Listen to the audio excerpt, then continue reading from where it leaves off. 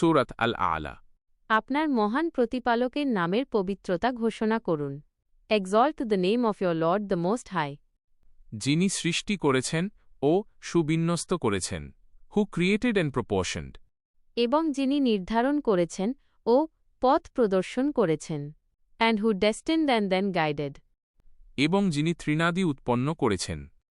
And who brings out the পাশ্চার। অতঃপর তিনি সেগুলোকে কালো আবর্জনায় পরিণত করেন। And then makes it black stubble. আমি আপনাকে পড়িয়ে দেব, ফলে আপনি ভুলবেন না। We will make you recite, O Muhammad, and you will not forget. তবে আল্লাহ যা ইচ্ছা করেন তা ছাড়া, নিশ্চয়ই তিনি প্রকাশ্য ও গোপন সব কিছুই জানেন। Except what Allah should will. Indeed he knows what is declared and what is hidden. আর আমি আপনার জন্য সহজ পথ সুগম করে দেব। And we will ease you toward ease.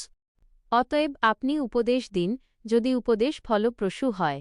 So remind if the reminder should benefit. যে ভয় করে সে উপদেশ গ্রহণ করবে। He who fears Allah will remember the reminder. আর যে চরম হতভাগা সে তা উপেক্ষা করবে। But the wretched one will avoid it. যে মহা অগ্নিতে প্রবেশ করবে। He will enter and burn in the greatest fire. অতঃপর সেখানে সে মরবেও না এবং বাঁচবেও না। Neither dying therein nor living. নিশ্চয়ই সে সফল হয়েছে যে নিজেকে পরিশুদ্ধ করেছে। He has certainly succeeded who purifies himself.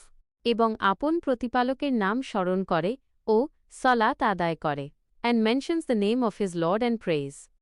বরং তোমরা পার্থিব জীবনকে অগ্রাধিকার দাও। But you prefer the worldly life. অথচ পরকাল অধিকতর উত্তম ও স্থায়ী। While the hereafter is better and more enduring. নিশ্চয়ই এটি পূর্ববর্তী সহিফাসমূহেও বিদ্যমান আছে।